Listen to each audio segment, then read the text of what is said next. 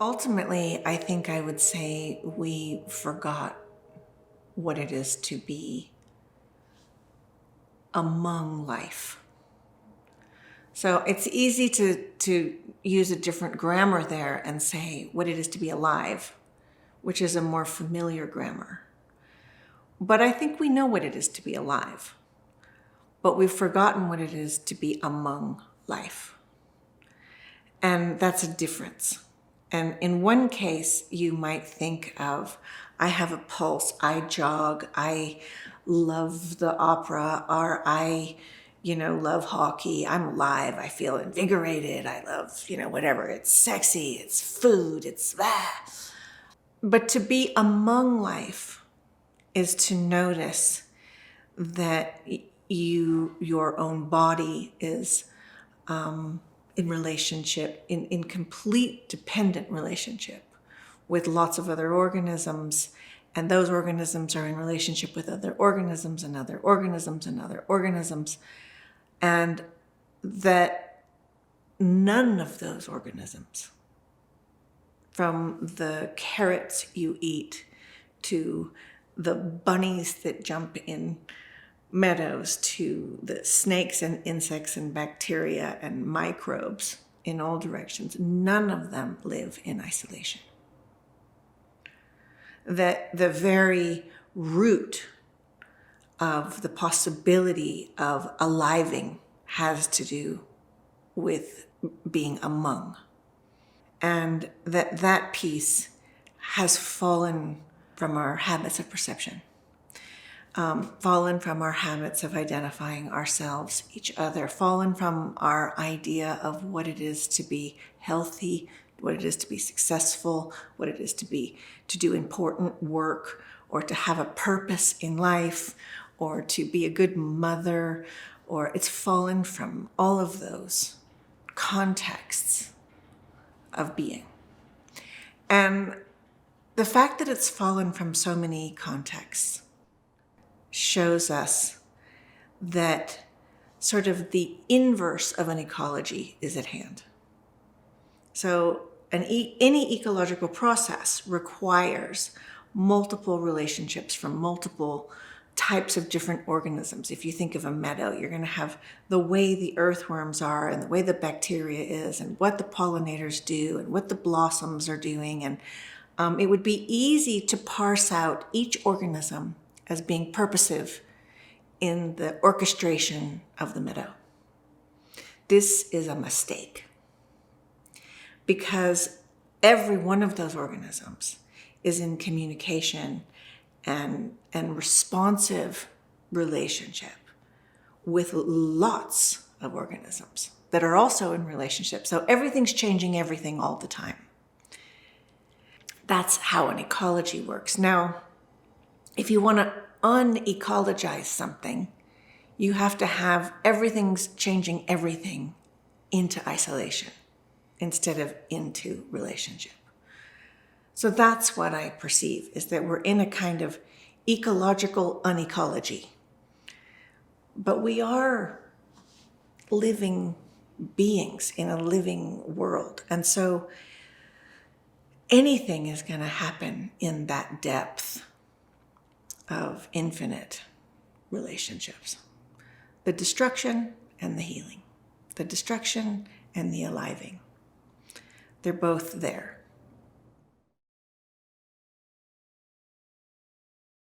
The difficulty in articulating this is that the language itself won't hold the place where it's stuck. And this is something I feel with my work in worm data all the time, is this tension between what is the point, where is it going, be direct and show us what the outcome is going to be, cast a vision of what the utopia is going to look like, give us the methodology, the instructions of how the communities and the society should be, what are the appropriate eating habits, living habits, thinking habits, spiritual habits that would make it possible for the humanoids to not go extinct. And the seduction of that line of thinking is rooted in exactly the same problem that is actually prohibiting the possibility of our ongoing existence. And when I say our, I mean human ongoing existence in these different ways. And the thing is that there has been a familiarity, and I would say almost an addiction, to those sort of outcomes and the kind of explicit description of what those outcomes will be. And this is exactly not what we need to do. Because the second you predetermine the outcome, you've hijacked the complexity that is wanting to happen. You're hijacking the way that multiple processes are changing. And you hijack them into one vision, one context, one outcome. And whether you think you're doing the best thing on earth or not, that regulation into reductionism becomes a monoculture. And so the work for ecological health becomes a monoculture. The work for educational potential becomes a monoculture. The work for optimizing the human body's health becomes a monoculture. The work for saving the oceans, or for gender equalities, or for even, justice becomes a monoculture. And again, we look to get outcomes in these monocultures, not realizing that what we're doing is destroying the ecology of relationships that's actually producing all of these issues. So I find it really difficult to make the case for what actually needs to happen, because frankly, the only thing I can really say, and it's not a good argument, it's not very fundable. The only thing I can say is the change you're looking for looks nothing like what you're looking for.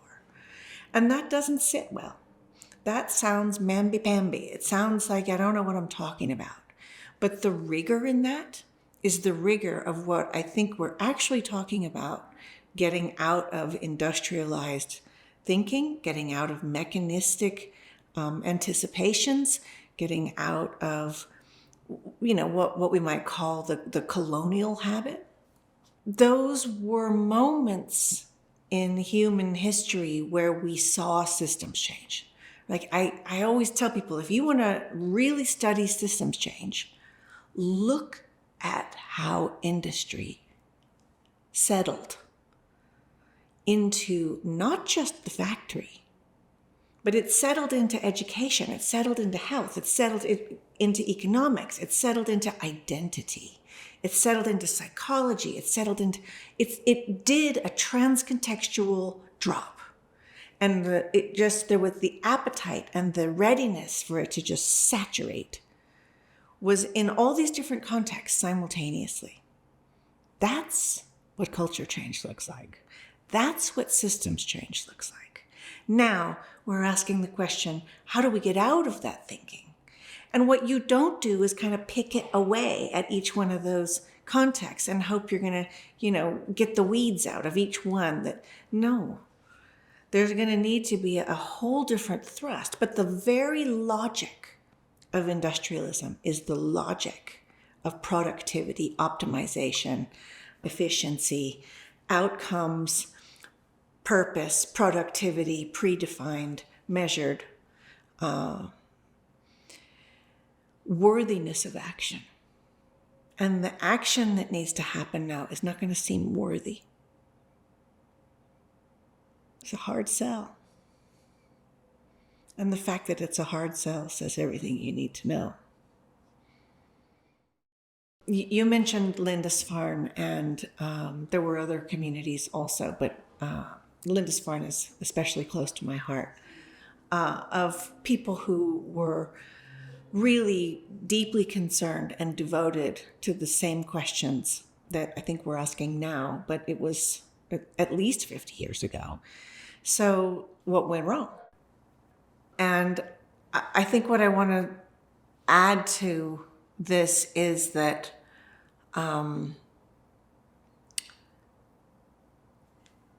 that group of people in that era, they were dedicated, and they were, I guess I want to say risk-taking, maybe is the word, in a way that I haven't seen again. There was something about the way that wave, the early wave, and I was very young, but the early wave of people who were deeply concerned about the connections between social justice and the earth systems and education systems and the epistemology of you and me, that they were willing to take risks in ways that I haven't seen again. Something ossified.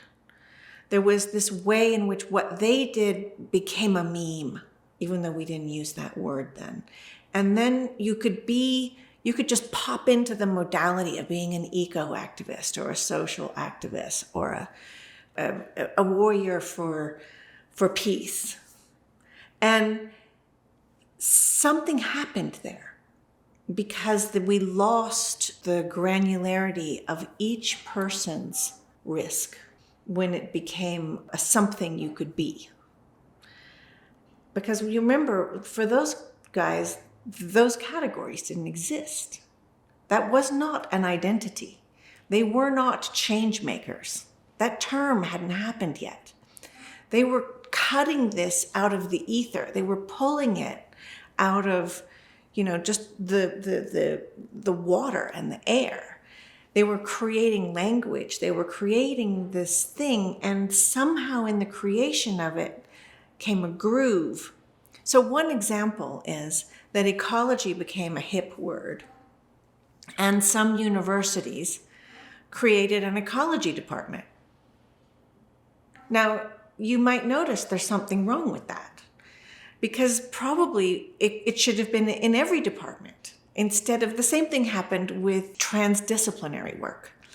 And suddenly people could get a degree in transdisciplinarity instead of transdisciplinary learning happening in every single discipline. So the habit in the culture, the way that culture metabolized those risks that were taken, and they were risks. I mean, people lost relationship with their family. They definitely burnt the bridges of their employment. They were, they had a hard time being parents. They had a hard time. It all broke when this piece of the culture was stewing in its, at Esalen or at Lindisfarne.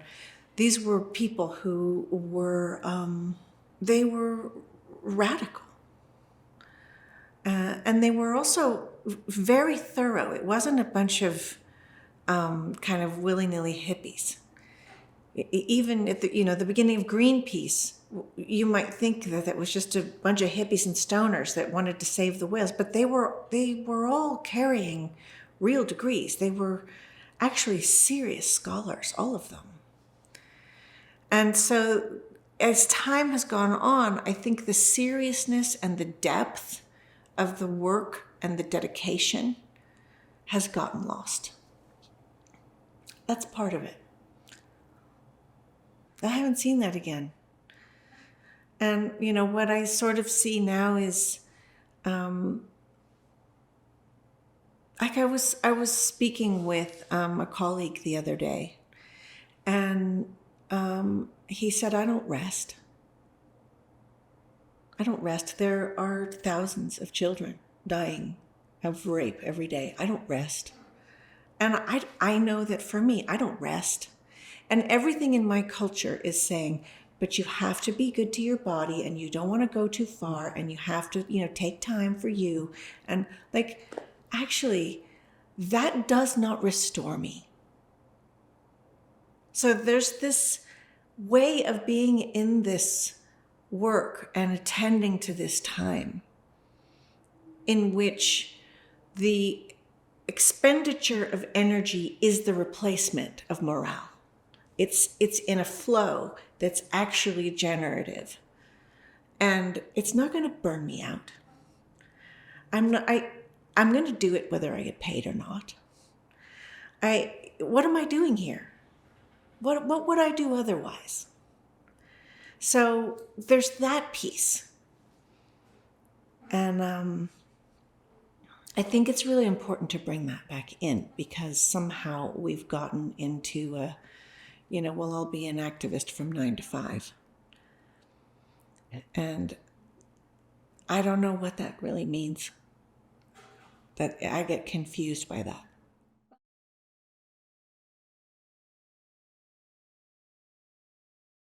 The question for me is what matters?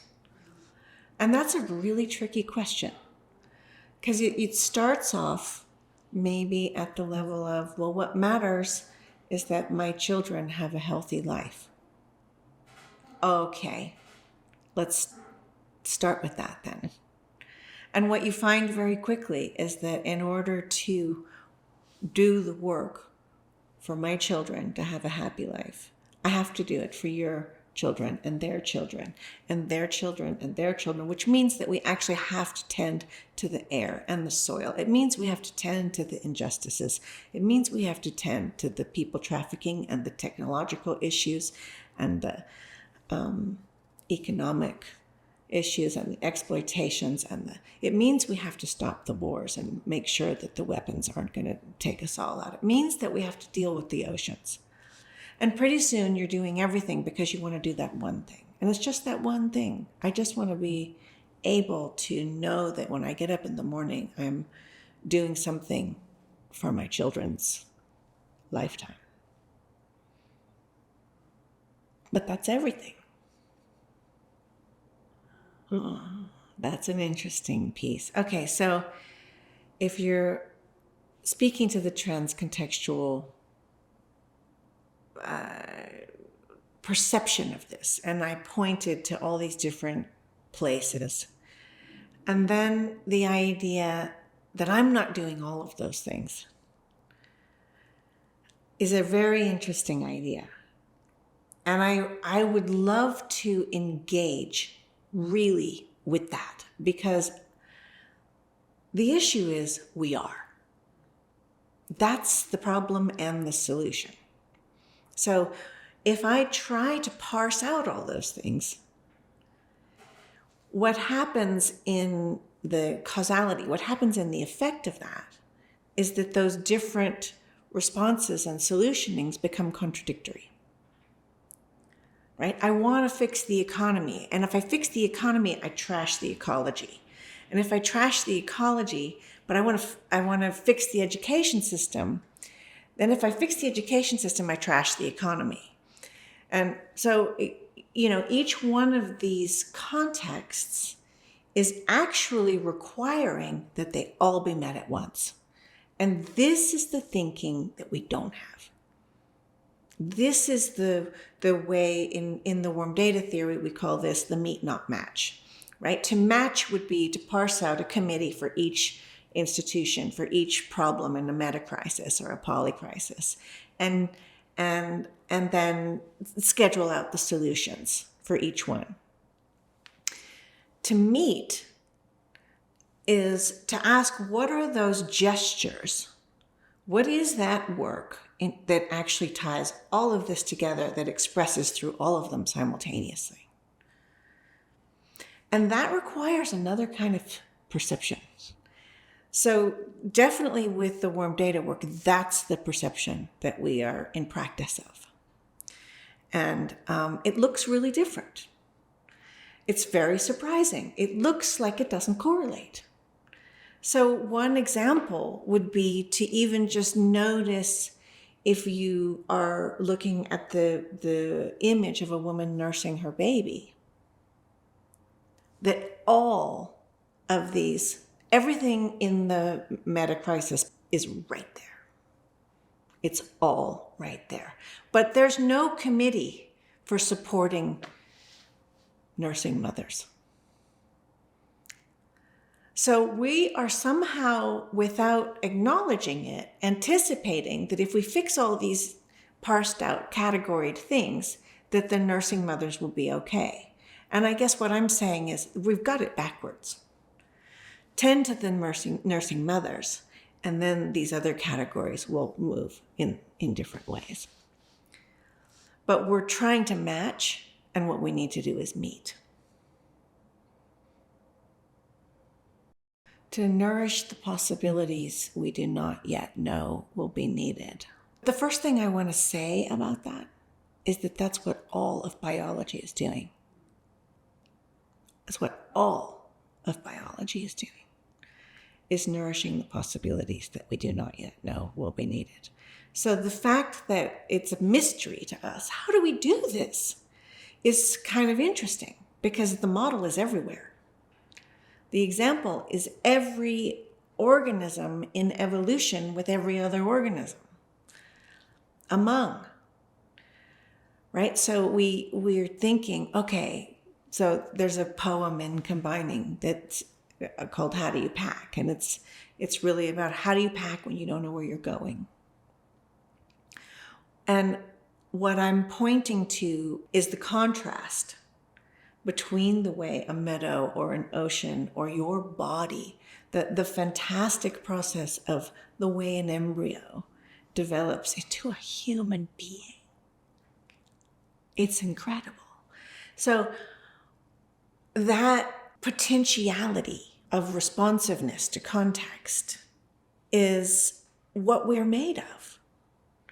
You can look at your hand and you can imagine what would it have been like for these same hands, which were anatomically very much the same 15,000 years ago.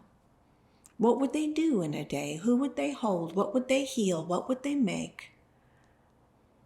What would they touch? What food? What medicine? And then say, okay, 5,000 years ago in the mountains of China, or 2,000 years ago in South America, or 150 years ago in New York. What would your hands have done? So what I'm saying is this organism has been made, like every other organism, to respond to context, to learn to be in context.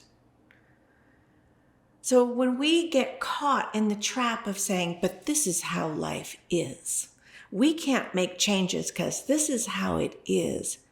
No, it isn't. No, it isn't.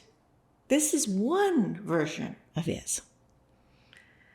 And the idea that this is the only version is not a very good idea. So, okay, how do you pack when you don't know where you're going? How do you nourish the possibilities you do not yet know you will need? What that has to do with is paying attention, being attuning to those ways in which we are in every day, every gesture, every movement, every breath, every cup of tea, every step is actually a participation in multiple relational processes. Are those gestures nourishing relationship? Are they attuned to how we are in and among, or are they breaking that? When you say something, when you don't say something, what does it allow for in the communication of the person that you're with? So some communication and some ways of being in relationship, whether it's with your kids or your dog, or you're on stage, or you're teaching, or you're making a movie, or whatever you're doing, some communication is just filled with impressions and memories and stuff bubbling, and that makes me think of, and it invites that thing. And some communication, you might as well just pour bleach on the garden. Some communication is built to just shut it down. And I remember once I was part of a project that it was supposed to be super cool. We had 42 of the world's most incredible scientists. Got to be 42, right? And we were at CERN, and we had this question of where are we in evolution? Okay, this was like maybe one of the worst conferences I've ever been a part of. And what happened was all of these really amazing people came, but they could not leave their positions of authority and expertise. In order to maintain their identity, they had to only express from their authorized positions of why they had been invited. This does not an interesting conference make. We might as well have been channel surfing. It was just ridiculous. There was no combining. There was something happened in the ecology of communication that didn't allow for people to drop into their own intimate lives that are informed by their life work, but are also, come on, in the world with the rest of us. And be able to be in mutual learning, be able to share perceptions, it didn't happen. So what are those ways in which our communication opens that moment? And what are the ways in which our assumptions, our habits, the nature of the meta-communication we're in actually closes off that possibility to tend to the way life moves, even when we're talking about life. What am I tracking? Well, I can tell you where I'm not tracking. So I have lots of really great friends and colleagues who are working at pretty high levels of various kinds of policy making and holding this amorphous identity of thought leadership. I'm not sure what in the world that means. And I say that with some affection and jest. But what I'm not looking at is the various hyper visible committees with mission statements. I'm pretty sure, for the most part, they are locked in to the stuckness that you referred to. And the question is not how do you write a better mission statement? The question is, how do you not write one? What does it look like to be in collaboration and in the sensibility and sensitivity of working together without a vivid mission statement? And can you feel how that is got a lot of tension and confusion and, oh, but that's not possible. You can't do it like that. But that's exactly what I'm talking about when I say this is the ecological thinking. This is how do you pack when you don't know where you're going. This is how the organism of the body, the organisms in a meadow are made in that logic. So where am I looking? I'm looking where we shouldn't be looking. I'm listening to the lyrics of underground music. I'm listening in the way that I see different color tones coming up in popularity. I'm watching the way we might be sleeping differently.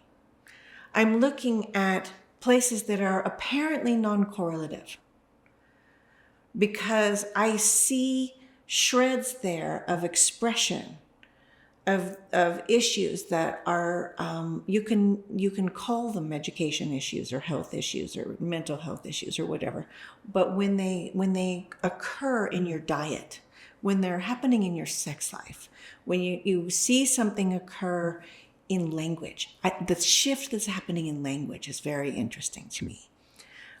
So I'm looking for nuance.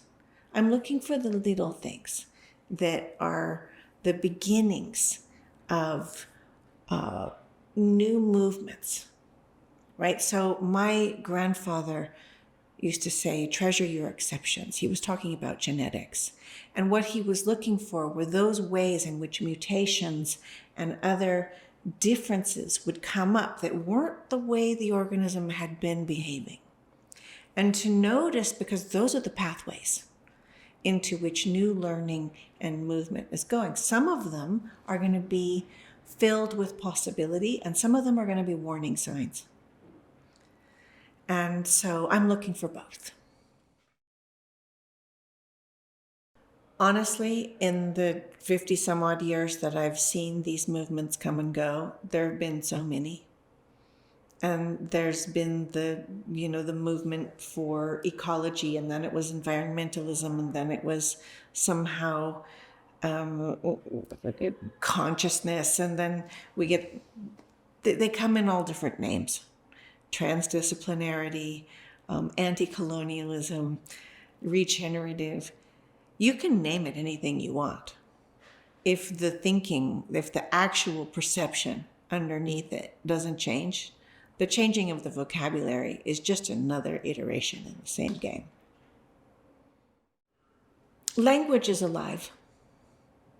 And while language can really generate stuckness, because there is a way in which I can only put into language that which is somehow shareable. So if I speak in some sort of gibberish or in some esoteric frequency that you can't even connect with, there's no point, right? So at some level, the way in which we're in communication through language together is not only about what we're talking about, but about what we could talk about. So what's interesting in language is that that's changeable, and it's changing. So we have different language now. I mean, even bringing in the word regenerative opens up something that sustainability didn't have. Resilience didn't have it. But we've been around to see those three in play. Ways in which we are talking about all sorts of things, from gender to racism issues to all kinds of ways in which language has been kind of like the transit system of ghosts. And the language is holding the ghosts. And so when you say, we're changing this language now, it's really exciting for me. It's like you can stick your hands in the Milky Way and rearrange how it's possible to perceive with language. And I love that. I think it's really exciting and important, and there's so much learning when there is that moment of just learning that a word that you've been using that you had no notion might be holding harm, is holding harm. And I think that learning is really important. And it's also exciting. I don't want to make harm with my language. So I'm interested in how not to do that. But I'm also very interested in how to keep that as a place of excitement and possibility and learning, and not a war zone. But it's really easy to hear someone talking about something and think, well, if they're using that word, they haven't done the work. And I hear that. And I definitely have felt that. And I also have felt the remorse of that and felt like, wait a minute, I just need to take a minute because there's something really exciting here that I can share with you. I love being that person that can share the excitement of new language. I like to make up words. I like to, express in lots of different ways. I like it to be funny, and I like it to be intellectual, and I like it to be confusing, and I like it to be poetic, and I like to speak in story. And I feel like that whole ecology of tones and textures keeps it moving and alive. So I love that. And I'm really hoping I find the other lovers of that, because this is such an important piece of how language changes. And when language changes, things can change. But when we are condemning of the people who don't know the language or have not really perceived or learned deeply why old language is harmful, then we break relationship. Here's one of my, one of the words that I really look out for is a very popular word, and it's the word impact. And I don't love that word. When I hear that word, I think, whoops, we just lost the part where we're alive in the system. And I know, in my heart of hearts, I know that the folks that are using that word mean something else. What they mean is influence or profundity, or they mean the potentiality, or they mean that things will change. There will be shiftings based on this. But when you use the word impact, you slide into a Newtonian physics world in which we're really talking about the way one pool ball hits another. And that is not what happens in a living world. If I kick you, I could measure how far you tumble backward, but I could never measure how you would feel about me, what you would say about me, what would happen in all the mutual relationships we hold, how that might go down in history, what would happen to the way that you might feel about speaking up again, how you might be with other people from then on, how I might be. You see, the impact of me kicking you quite literally is the measurement of the velocity that I would have kicked you with and the tumble back of what happened. It doesn't hold. It doesn't invite. It doesn't demand that you perceive those relational movements in all directions. So that when I'm looking for impact, I'm going to see how far you tumble back. I'm not going to be forced to look in all these different directions. So that's a word that when I hear my dear friends use, I think, can we just stop for a second and deal with this? And sometimes I have the time and the energy, and sometimes I don't. But there are lots of things in language like that, lots and lots and lots of them. And I see it as a place of possibility. There are a lot of things that are stuck. Language is not. So this word symmathesy is one of the words that I made up. And I made this word up because what I was seeing that I was excited about was the way in which any organism in a system is learning in the same responsiveness and communication with all the other organisms. So it's a kind of mutual learning. So sim means together, and mathesi in Greek means learning. So it's very easy to understand as learning together. And it was the thing that was driving me kind of nuts in systems theory, is that there would be these models of systems, of complex systems, and they were pretty good, but they were static. And that doesn't work, because what's actually happening is that all of the agents, all of the aspects, all of the contexts, all of the organisms are actually continually learning to be together or apart, which is also that. So what's happening when you see a crooked tree? So you could say that crooked tree is just a crooked tree, and how are we going to get that tree to be a nice straight tree? I invite you to extrapolate to the education context.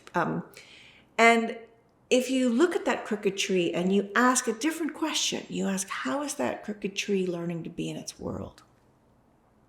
What you see immediately is that there is a mutual learning that's happening between the other trees and the shadows and where the water is and where the soil nutrients are and where the ants are and the dog poop and the humans and the, right? So there's all these other relationships that are shifting in relationship to the tree, and the tree is shifting in relationship to them. It will break your brain to try to sort it all out. But this came for me at a time when I was incredibly exhausted by always having to make these lists. When we talk about a system, we're talking about this. And instead of doing that, just to say, it's a symmathesy, it's in mutual learning. How is the child learning to be in their world? And immediately your attention, your attunement to the child has to expand into those relationships around them. How does the child learn to be in their world in the classroom?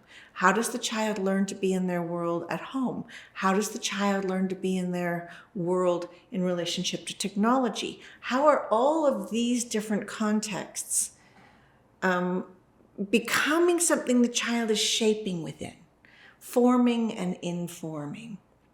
And noticing that usually the word learning means something like to refine your understanding, and you accumulate learning for good stuff. You also learn how to lie. You also learn how to be violent. You also learn how to withhold, how to hide, how to keep your mouth shut. So what we're asking here is, in this mutual learning attention, or even naming it as something, to notice that it's not static, that in any communication there's an ongoing learning. And if you add time to any model, the model becomes obsolete because everything's learning all the time. So for me, this was a very exciting piece. And it's funny because I think I published that in, I can't remember if it was 14 or 15, long time ago now. And it came on the heels of some research I was doing on paralysis and chronic pain, and also childhood learning, and bringing those together. It also with addiction. What's happening with addiction? How is somebody learning to be in their world, including an addiction? And if you've ever been a smoker or had an addiction that you were dealing with, or been in a relationship with somebody who was, what you will soon realize is that when you get in the car, there's a cigarette. When it's time for coffee, there's a cigarette. When you go to the bar, there's a cigarette. When something great happens, let's go have a cigarette. When something bad happens, let's have a cigarette. So this addiction is pulled into multiple contexts. So the learning is a transcontextual mutual learning into which an addiction is.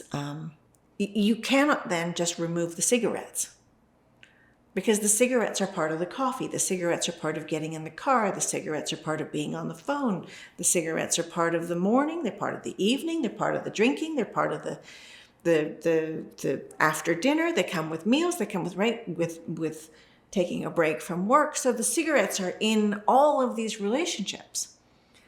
The problem is not the cigarettes. So looking at that, using symmathesy for tending to the question of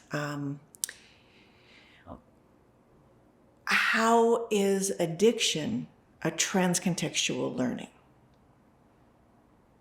And if the problem has happened in this mutual learning transcontextually, so too is the movement. So too is the healing. So if you want to extrapolate that out into the education system, then we are looking at that child or those parents, right? How are the parents learning to be in their world in relationship to their kid being in school? And right now, there is a situation in the world in which there are, in many countries, thousands and thousands of kids who refuse to go to school. And the parents feel they have failed. And by law, the legal system, here's a different context, says that they have failed. They must get the children to school, but the children won't go to school. And the mental health people are trying to figure out what's happening with these kids, why they are in this isolation. Their diet is part of it. Their relationship to technology is part of it. The fact that the schools have, for the last 100 years, been a source of pure reductionism and not tended to the complexity of the child or life or anything else is a problem. So where is the issue? Do we need to fix the child? Do we need to fix the economy? Do we need to fix the mental health system or the whole project of parenting and the expectation that parents will get their kids through school so they can go to university, so they can get a job, and that is a successful parent, is somebody who makes a successful participant in the existing economies? Where's the issue?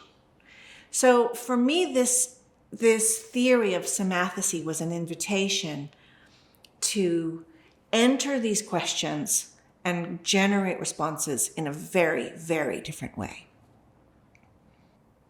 One thing about mutual learning is you could get the idea that in this idea of symmathesy and mutual learning that all the organisms are learning together, meaning they're learning the same thing. But mutual learning is exactly the opposite. What it means is all the organisms are learning, but they're learning something different. So it's not so hard to imagine how you could have a news event. There's a big storm hitting the northeast of the United States. And lots of people begin to take action. It's the same information, but what it means and how they're learning to be in that is very different. The coronavirus is a great example of mutual learning. So every country responded differently. Every culture, actually every household, responded from their own experience and was able to filter this pretty much the same information from the WHO or wherever it came from about what was happening with the virus, but it turned into completely different responses. And if you look at a rainstorm over a meadow, the way the pollinators respond is different than how the blossoms respond, is different than how the bacteria respond, or the earthworms respond, or the crickets, or the caterpillars, or the bats, or the lizards, or the deer. So when we're looking at any ecological system, any kind of event necessarily requires multiple contexts of learning that look nothing like each other in response. And that's how life is, right? So of course that's how the coronavirus was going to be. The idea that for 1 minute we were going to have the sort of mechanical dream that you could just input some information and all the aspects of the mechanism would respond the same was delusional. One of the reasons I am eager to participate in as much warm data and offer this as much as I possibly can is the way that I have seen it as a practice move otherized, very polarized positions. And this is a practice of perceiving through multiple contexts. So you might have the question, what is home in a changing world? And you'd have to tell stories about your life in terms of the context of family or economy or science or technology or history or identity. And while on the surface, this has nothing to do with the question that we're asking, it has everything to do with the practice of perceiving context. And sometimes you have to get out of the hot issues into the actual practice, and then you can go to the hot issues. Or not. You might just see a shift happen before then. But so one thing that I saw happen, we were just talking about the pandemic times, and it was very frustrating for me, was that there were a lot of people who didn't want to get the vaccination. And they were demonized. And there was quite a bit of rallying to that demonization. And people who I had been in relationship with professionally or personally for decades that were working with systemic thought fell into this trap of condemning and demonizing the people who didn't want to get vaccinations. And what was missing from that position that got taken was an acknowledgement and an interest or curiosity in the context in which those people had come to that. It wasn't just, well, no, I don't want to have a vaccine. It came from decades of being really let down by the pharmaceutical companies. And somehow, in one moment, that was supposed to be a history that just disappeared. Remember that at that time, what we were looking at was, right before the pandemic, the hottest issue that we were dealing with was actually fentanyl and the opioid crisis that was generated by the pharmaceutical companies and doctors saying that the opioid medications that moms and dads and uncles and people were taking for their sports injuries or their backache or their whatever, that it wasn't addictive. And it was. So there were thousands of families who were dealing with the way that the pharmaceutical companies had lied for their own benefit to the damage of entire families. And that was supposed to just vanish. So if you started to look at those questions and look at those experiences that people had had prior to the pandemic that were informing their distrust of the vaccine, it might have been a very different conversation. And that would have actually really changed the course of the last elections, I think. So there was context missing. And again, what I see is when we have a stark polarization, what's missing from that communication is context.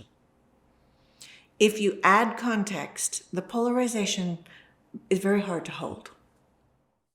I'm pretty sure that at this moment, most people have relationships with people that they don't want to have be a relationship that's broken by polarity. But they also aren't willing to back down on their positioning on the thing that's polarizing them. So whether that is, abortion or the immigration question or the ecological questions or any number of gender issues, racial issues, whatever. one of the things that will always be there, should we choose to go there, is another whole world in which you are not in conflict. So I once went on an airplane and spent hours talking to the guy next to me about the bluebells that grew in his front yard. And he was so excited to go back to Dallas, Texas, to go see the people who would come by and take pictures in his fields of bluebells. And he got so excited, he built them a porta potty, and he made paths for them, and he made a gazebo for them to take their photographs when people wanted to propose or when they wanted to do fashion photography.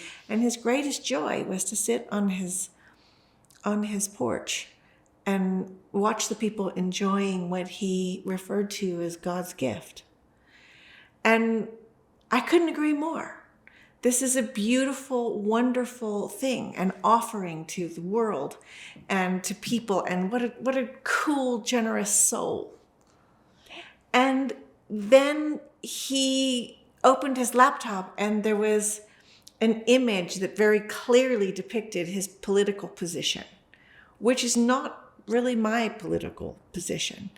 And there was a moment of us, after 4 hours of talking to each other, saying, oh, I guess we shouldn't be friends then. But we already were friends. We had already met in this other set of contexts. And I could have gone to that place. I could have been like, yeah, right. Okay, I thought you were cool, but now I see you're a turkey. But I was not like that. He was like, well, now I've shown my true colors. And I said, yeah, and they're bluebells. And I'm staying there with you. So this is where we're keeping our relationship. And from there, we can begin to learn from each other. So it's not that I'm negating the harm or the bigotry or the racism or the damage, but that I recognize that without a relationship in other contexts, those habits cannot move. In fact, they will fortify. So cutting someone out of relationship because you don't agree with them, or even because you see their positioning as part of the horror story of the meta-crisis, generates what we call a schismogenesis. And that is when you get polarization that just ratchets up and cannot let go. So, there's no way to meet this moment if we are busy matching in polarity. Interestingly, as AI has surfaced as a hot ticket issue in the world, it's brought a lot of attention to warm data, because there is a noticing that there's something that AI can't do. And that something is warm data. So there's a moment right now where the work that I've been and my team and we've been working on for decades is actually finding its time, because it is based in the way that, to call a meadow analog is a little weird. To call a family analog, I find a little strange. But it is the way that we describe in these times that which is not digital. So therein is your first cue. So what does this mutual learning, what is happening in the cognitive systems of some organism that is alive? What are the many ways in which information is moving through and communication is moving through the organism, whether it's you or me or an earthworm, that are not perceivable, not digitizable, not reachable, to something that's looking for what we now call data. And this is why, for me, I'm interested in this, because actually I've spent a lot of time in the realm of being with human beings who are in conversation with each other, telling personal stories from their lives through many contexts. And I have seen, first of all, this very ancient right to learn from each other, through each other. This ancient way in which your story changes my story. And the change is not in your story, and it's not in my story. Where is that change? How did your story change my story? But if you tell me about some event, then I learned from my grandmother that I went down this thing and I fell down the stairs, or whatever it is, it doesn't matter. The minute you start storying my impressions, my memories, visualizations, sensations, memories that exist in the verbal conscious realm, and memories that exist somewhere else entirely, knowings and impressions, will be lit up. And this is something that is ancient. It's as alive in a meadow as it is in a family. And what happens when we think that all the information is in language? What happens when we think that we can actually direct each other's learning toward a particular outpoint? What could we break? What could be lost? And I think, interestingly, in this moment, honestly, we don't know. The research of what could be broken is actually not there. But the traditions and the familiarity of being in human to human analog storytelling relationships is already there. And there's a lot of things that are healing as that's happening. But you can't point to them. You can't measure them. You can't grasp them. You can't know. And by the same token, in relationship with a bot or something, you can't know where they're being broken. So I think there's some difficult description of why I want to be active here is because I'm pretty sure we have no idea what we're breaking. And that thing might be actually core to being alive together.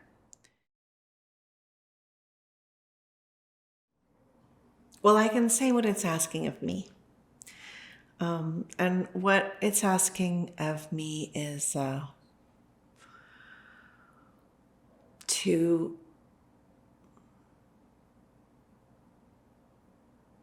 practice in the same way that you might go work out every day so that you begin to get strong, in the same way that you might go to university and keep studying the same topic, in the same way that you would be learning just about anything, right? The first time you get on a surfboard, you didn't learn how to surf. The first time you cooked mac and cheese, you didn't learn how to cook. It takes practice. So what it asks of me is practice in the attempt to continue to look for those ways in which being human is not just being human. Being human is being part of histories. All of us are part of histories that are horrifying. We're part of histories that are beautiful. And if you look at the horror of my ancestors and your ancestors, you might say, I should despise myself for this. I'm part of something horrible. And if you look at the beauty of my ancestors and your ancestors, you might say, see, we weren't all bad, and somehow gloss over the things that were bad. But if we don't look at the things that were beautiful, there might not be any reason for wanting to be alive at all. So how are we asked to be in this moment without either justifying the past with some sort of acrobatics of, well, we did the best we could, or they didn't know what they were doing, or that's just how it was back then, or this is just the way it happened.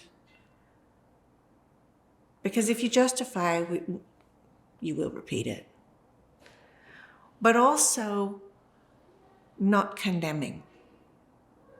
Because if the condemnation is complete, then you will despise yourself, and I will despise myself, and there is nothing more dangerous than people who despise themselves.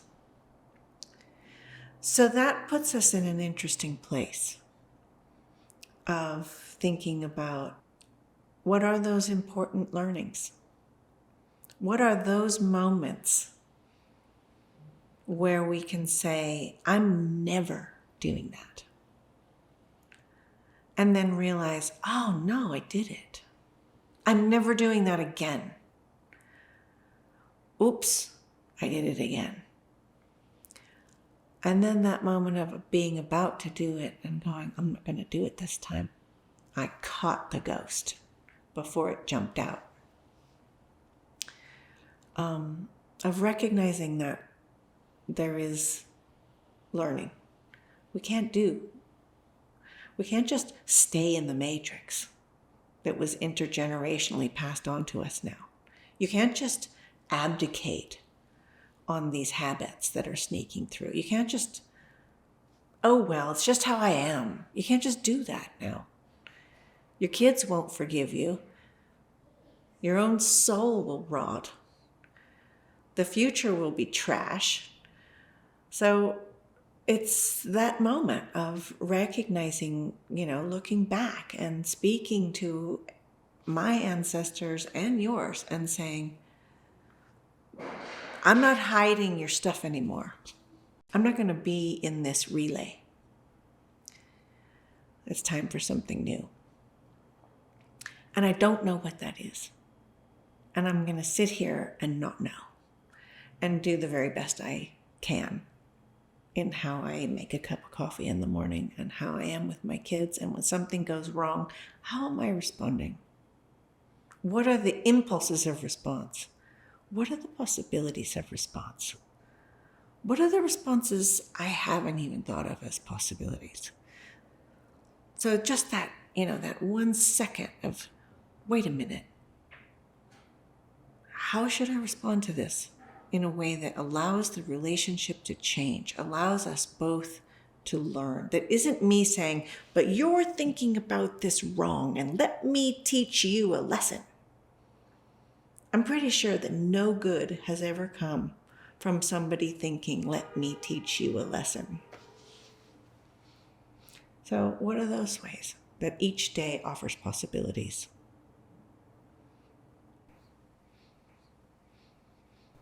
I don't know how off script it is, because the actual script is, I'm super excited about this new book that's coming out called Belly. And, but Belly's pretty off script for a script. So, and it's looking at the intimacy of everything that has to do with food and metabolism, and also intergenerational learning, and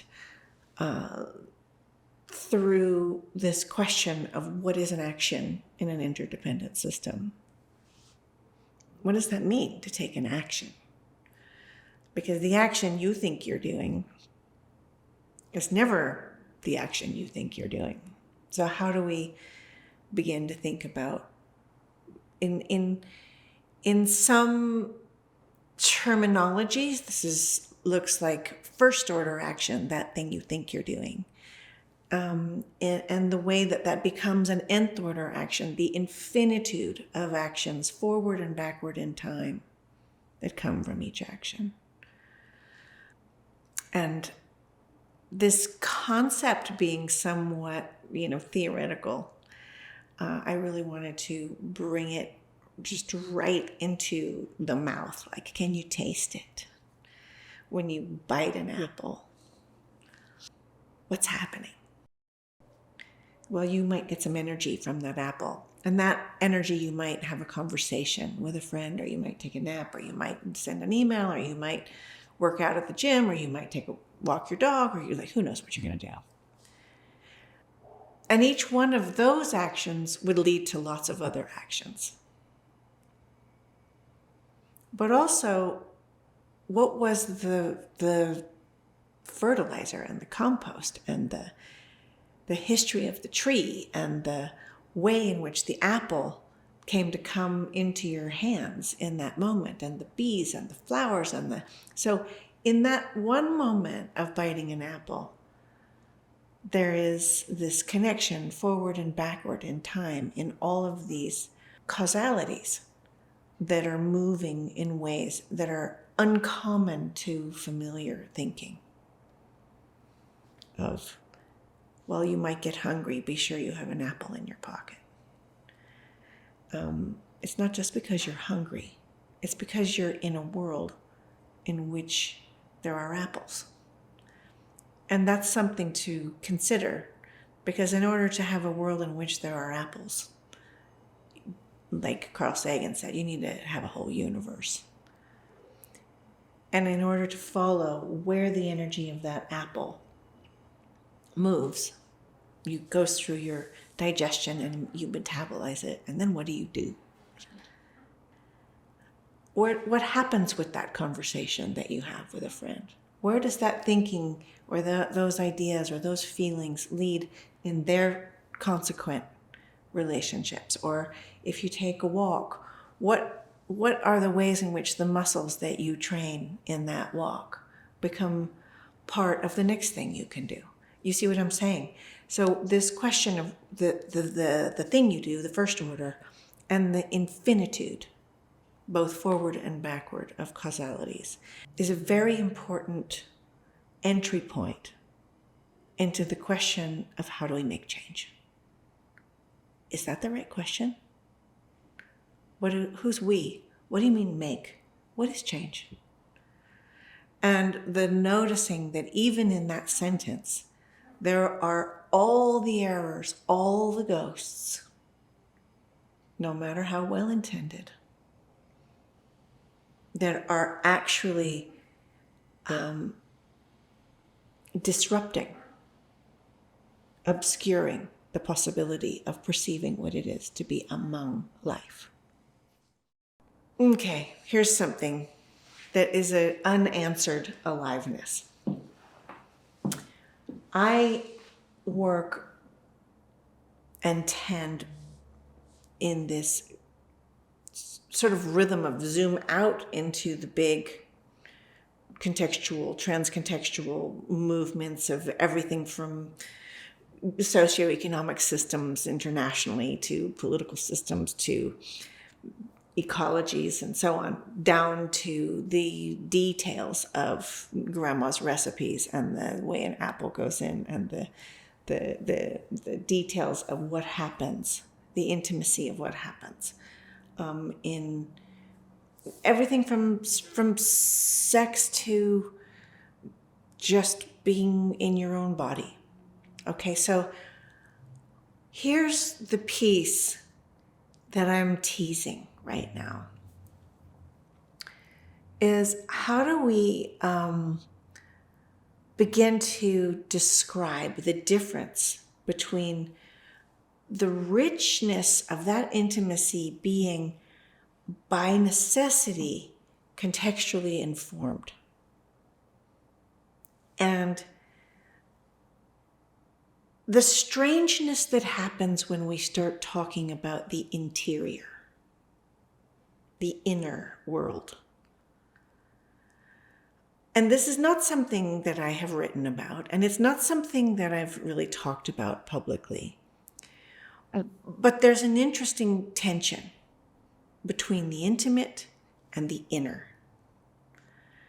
And having grown up around a world of people who had this ongoing meme of, well, the change begins within. And now in my work, I absolutely tend to the intimate, but I would never say the change begins within. Why not? What is it that's different there between this idea of the self must be optimized, and that starts with the inner world, and noticing in my most intimate relationships are the reflections and the patterns of all of the ghosts and the habits of thinking that are in global economies, culture, language, the way I just presuppose how to raise my children. Based on what exactly? Who told me this? Where did I get this? I don't even know. You raise your kids and they grow up, and then everything you told them they didn't learn, but the stuff you didn't tell them, they definitely learned. So there's this interiority question that seems to me to be in some sort of important contrast to intimacy. It's fine. It's fine. Like, whenever I said